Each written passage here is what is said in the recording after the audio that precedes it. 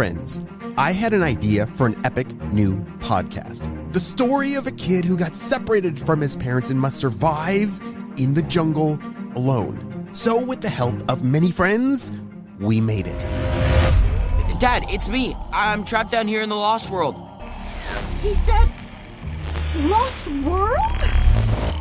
I found out of this hole and slid down this big, long tunnel. Right near where we camped, there's a hole in the ground. But what happened next is one of the biggest reasons I got my nickname, Miles the Brave. And I learned that you should never give up just because things look hopeless. Even when you're not sure what to do, you just never know what might happen if you keep trying. Miles the Brave is our exciting new original podcast made by Storybutton. The entire season is available everywhere, August 21st. So right now, make sure that you search for the podcast Miles the Brave and click follow. You are not going to believe what happens on this adventure. Hello, critter protectors. Mr. Jim here, and welcome to Kids Animal Stories, a place where there's always a mystery and adventure around every single corner. If you love critters of all shapes and sizes, I need you on our Critter Protector team. Join our adventure as we learn about critters from around the world and in our backyards. Well, my friends, are you ready for today's adventure? Me too, let's go!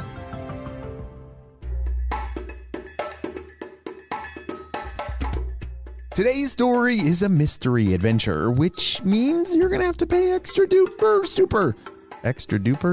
I meant to say super duper. Super duper close attention to all the clues in our story, because I'm not going to tell you what critter this story is about. You are going to have to solve who is Eddie. The pond was very warm on this midsummer day, and Eddie was having a hard time sleeping. Ugh, this bright light. The sun is keeping me awake, he grumbled to himself. Eddie was nocturnal, so he was awake and active during the night. He should have been sleeping right now, but the sun was so bright and the pond was so warm. The warmth of the pond wasn't the problem. He could handle lots of temperatures just fine. It was the blaring sun. I just can't handle this spot any longer. I need to find a different place in the pond to try and get some sleep.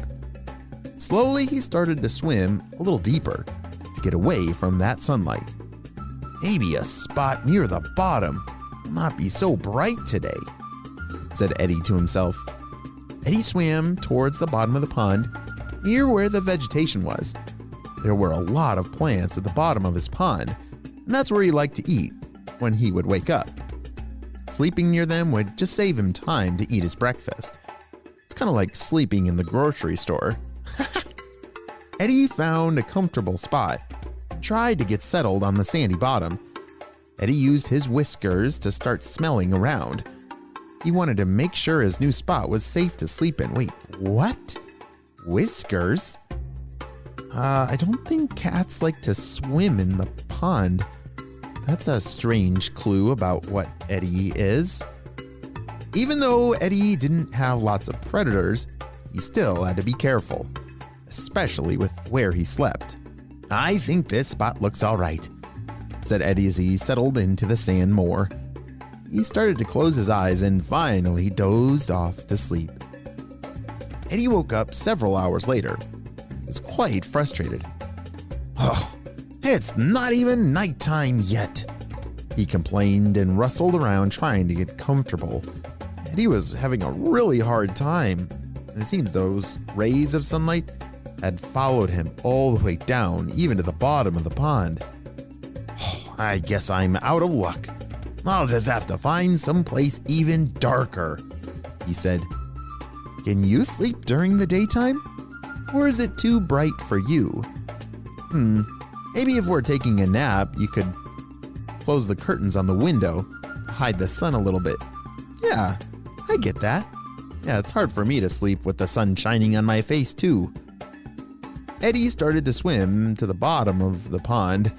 He really needed to find a better place to sleep so that he could feel rested for the night. During the night, that's when Eddie was really supposed to be awake and looking for food. Without sleep, he was going to get extra grouchy.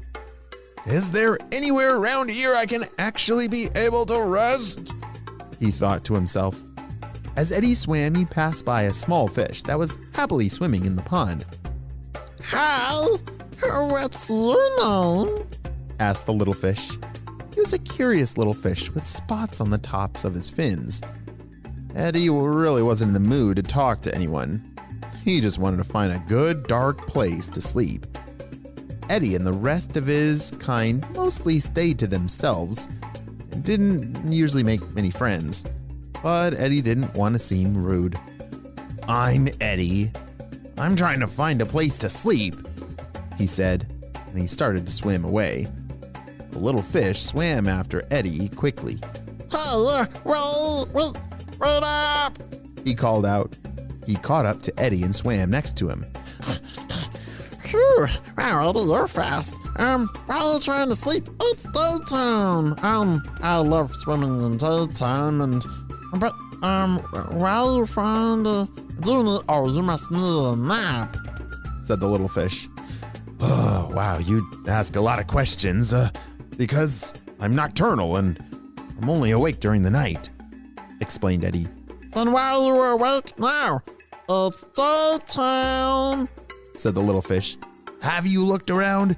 'Cause the sun is too bright, said Eddie. He really just wanted to go to sleep and was starting to get a little bit angry at that small fish. Well, I explore this pond all day when the sun is bright. I bet I can help you find a nice dark spot to sleep. Come on. This little fish was very excited to help a new friend. Eddie really didn't want any help, but at this point, he was desperate. He was very tired and soon it would be nighttime. Oh, and he did not want to be grouchy. Okay, if you can help me find a nice dark spot to sleep, you can come. Oh boy! Oh, by the way, my name's Jimmy. What's your name? It's Eddie. Well then, Jimmy, lead the way to a nice place where I can catch some sleep, said Eddie. Jimmy swam ahead and Eddie followed. As they swam, Eddie realized he had never known just how big this pond was. Maybe it was actually even a lake. It seemed ginormous. Eddie had never swam this far in the pond in his whole life. They passed a whole lot of new sights, and Eddie took them all in. It was like seeing a whole new world in the light. Jimmy led Eddie to a deeper part of the pond. As they swam deeper, the sunlight wasn't so bright. Eddie thought this would be a good spot to sleep until he saw Jimmy lead him straight to a dark opening near the bottom of the rocks. Here we are. It's an underwater cave. It's so dark in there I can't even see. There's no way I'm going in there. It's too scary for me, but it looks perfect for you. Eddie was definitely interested in the cave. He'd never seen one before, and it sure was dark inside. It would be perfect to sleep in, but wait, what was that sound? As Eddie started to swim closer to the entrance, he heard a growl come from inside. The growl was low and sounded very angry. What in the world could be growling at Eddie? Do you think Eddie and Jimmy are both in danger? And what in the world kind of critter is Eddie? What kind of critter swims in a pond with whiskers? I definitely don't think it's a cat, but we're gonna have to wait and see what happens on the next adventure of Kids Animal Stories. Great job, you listened all the way to the end, and it's time for some Critter Protector shout-outs. I want to say hey to Ivy and Kai from North Carolina, Nora from Nova Scotia, Wilder from Vermont, Elliot from Toronto, Canada, Kane from New York, and Elliot from Michigan. I'm so glad that you're all critter protectors. We could not protect all the critters in the world without you, my friends. Well, You have a super duper day, and I will see you on our next adventure.